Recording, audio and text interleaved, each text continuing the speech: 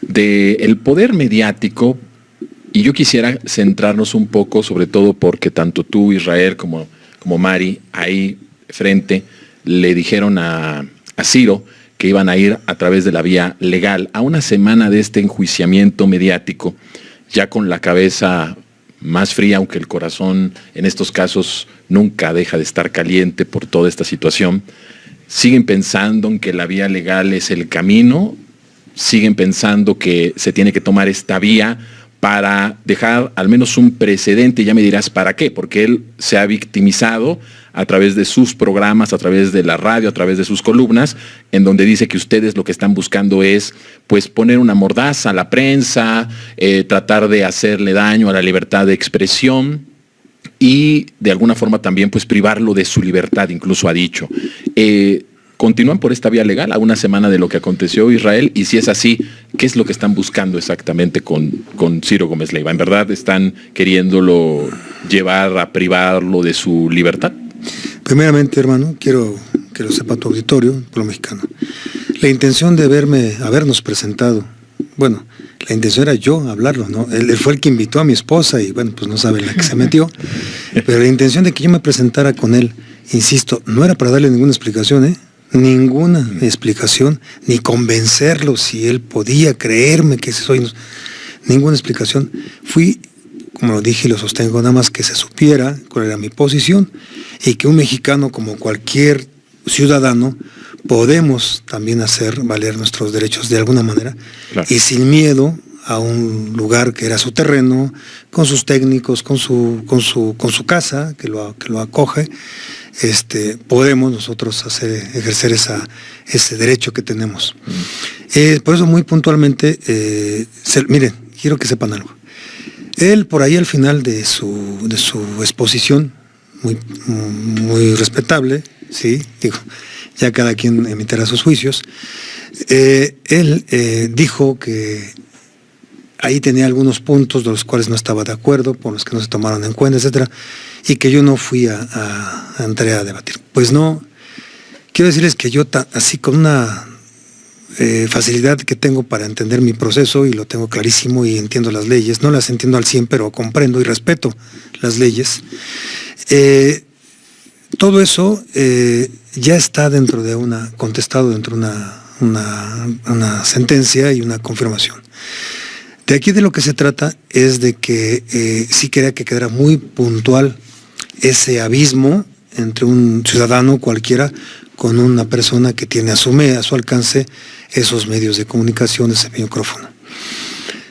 Efectivamente, no es la primera vez que se me trata a mi familia, a mi persona con esos adjetivos y calificativos. Por supuesto que todo debe tener una consecuencia, insisto y aclaro. Lo que hace mi familia, lo que hace mi esposa, lo que hacemos yo, de ningún modo es amordazar a los medios de comunicación. La misma Constitución nos dice, todo mexicano, no nada más los comunicadores y periodistas, tenemos derecho a expresar nuestras opiniones. Si esa fuera la intención, como este personaje y otros quieren malinformar a las personas, yo mismo me estaría autoamordazando, porque entonces yo tampoco podría expresar mis opiniones. No hay nada más falso como eso, ¿no? Entonces, por supuesto que no, pero creo yo que ya es justo que la ley, porque esa ley no la estoy implementando yo, es una ley que ya existe, claro. Por supuesto, entonces nada más hay que hacer, obligar a que esos mecanismos ya empiecen a funcionar. Y empezar, obviamente, bueno, si tú eres responsable, tú dijiste esto, pues tienes que ser responsable y fundamentar y probar. Por eso mismo fui yo ese día con ese señor, le dije, bueno, pues estoy aquí para que de frente. No es lo mismo a través de las cámaras que yo me entere cómo me estaban a mí injuriando y a mi familia. Que te lo gana en tu cara. Sí, primeramente, pues no está todo en mi cara, sino que pues no es lo mismo, ¿no? Decirlo así, porque entonces ahora sí yo puedo pues debatir en un momento dado lo que pudiese o cualquier otro comunicador decir. Y además a lo que fui eso. Enséñeme sus pruebas, sus fundamentos legales para asegurar que yo soy un secuestrador. Y no solamente el dicho de una sola víctima, porque no es como él dice, es que hay muchas víctimas. Señor, en su momento ya tuvimos una oportunidad no solamente esta víctima con la que usted este señor se ampara y se cobija, ese personaje, ese señor, ya estuvo en su momento ante un juez conmigo, tuvimos un careo ante una autoridad que no es ni mi autoridad ni la de ningún comunicador, en donde él pudo haber expresado lo que él quisiera, él pudo haber sostenido sus dichos con toda la posibilidad de ser defendido, en este caso con la Fiscalía, que es quien representa sus derechos y sus garantías como persona víctima, por así decirlo.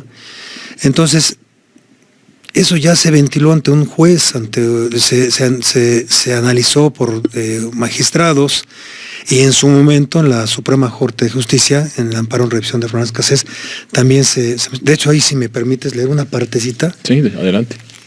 Para que vean que yo ni es de ahorita, fue en el 2013, no era con los jueces o ministros del acordeón, como lo has dicho, y quiero, nada más esa parte dice.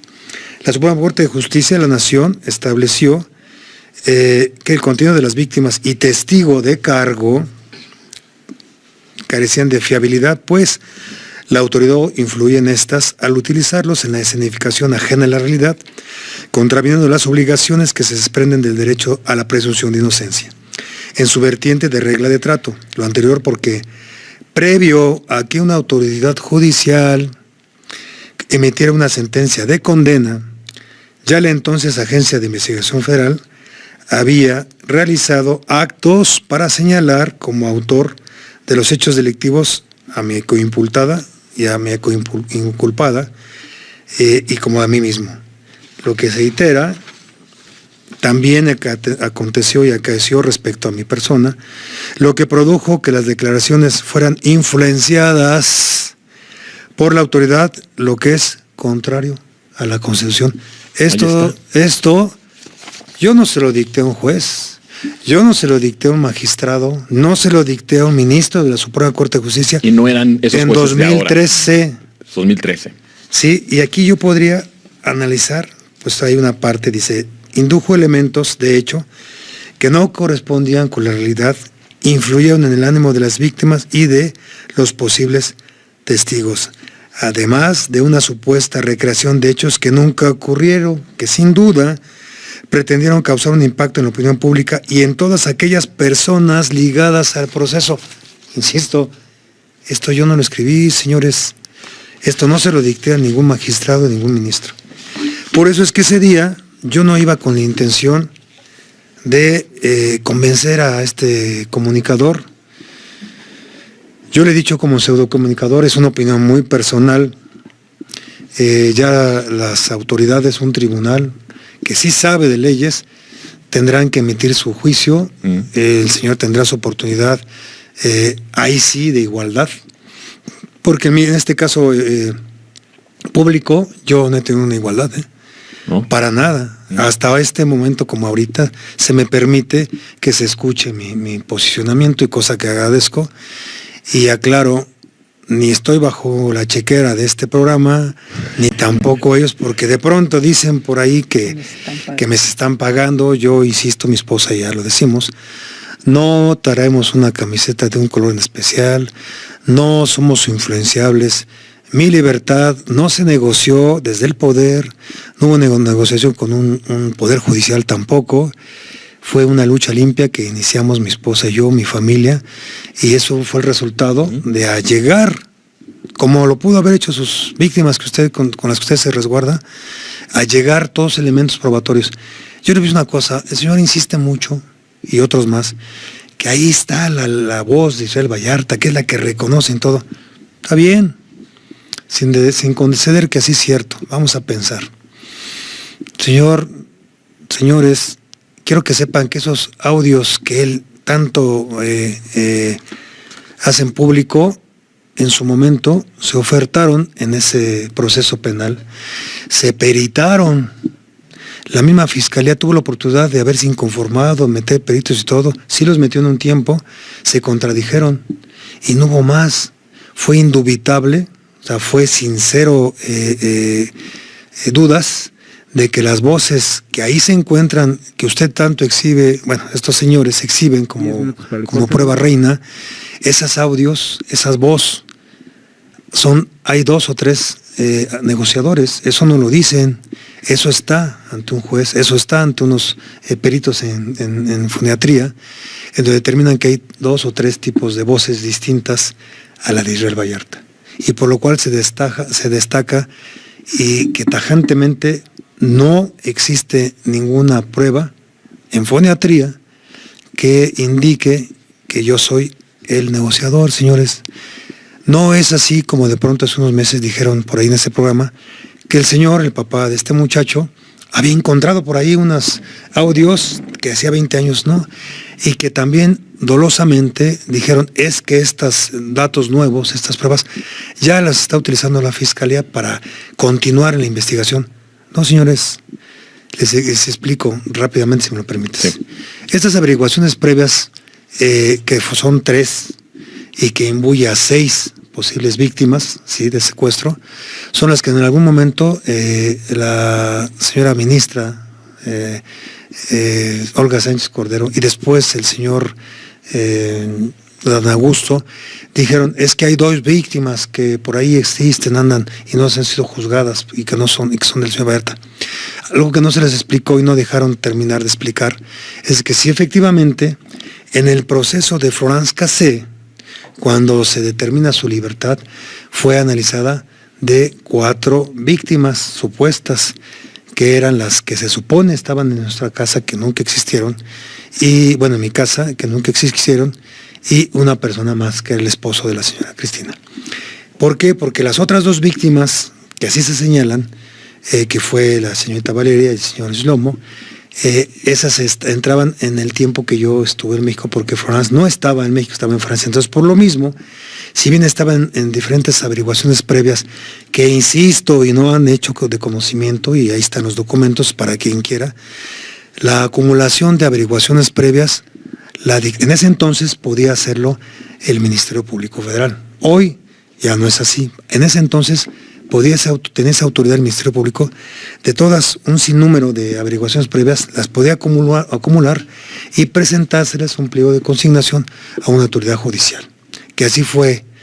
Por ahí hubo alguien que con desconocimiento de las leyes dice, no, es que fue arreglado porque los ministros acumularon y acomodaron las cosas. No es cierto. Insisto, no hay nada más cierto lo que existe en un proceso, en autos. Eso es lo que se analizó, es lo que analizó una jueza, 3 magistrados, y que antes a ellos, en 2013, la Suprema Corte de Justicia ya también analizó. Por eso hay una desinformación tremenda, y que eso que estoy hoy platicando lo más rápido posible, no iba yo a hacer ese día, hace 8 días, en un programa que por supuesto es parcial, como muchos otros. Y podríamos aquí pasar horas, mi querido Jonathan, y yo con mucho gusto podría yo hacer a un público objetivo que sí escuche y entiende y que no se quede con mi dicho. Además, yo pido que no crean mi palabra, mi verdad, ni la del Señor como otros más. Busquen, entérense, no para ser abogados, para comprender de qué se trató. No fue a modo una justicia, como en sus tiempos sí era. La justicia antes era a la carta, a modo. Quizás hoy pueda ser, en algunos casos, también seguir aplicándose. Es ahí donde yo siempre he solicitado y pedido que casos como el mío quede el precedente para que no se continúe, para que ya unas fiscalías ya también entren en un ajuste, ¿no? Porque no puede ser de otra manera. En el caso legal hay un precedente contigo, pero sin mencionar tal vez los nombres.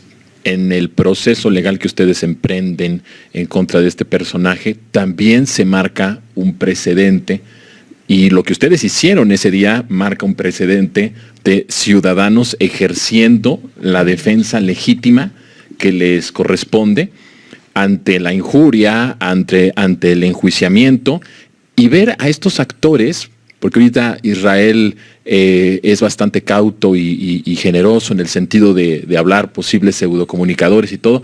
Nosotros aquí abiertamente lo decimos, no son periodistas, son sicarios del periodismo, de la comunicación, son personajes, agentes de poder mediático que tienen intereses políticos, intereses perversísimos.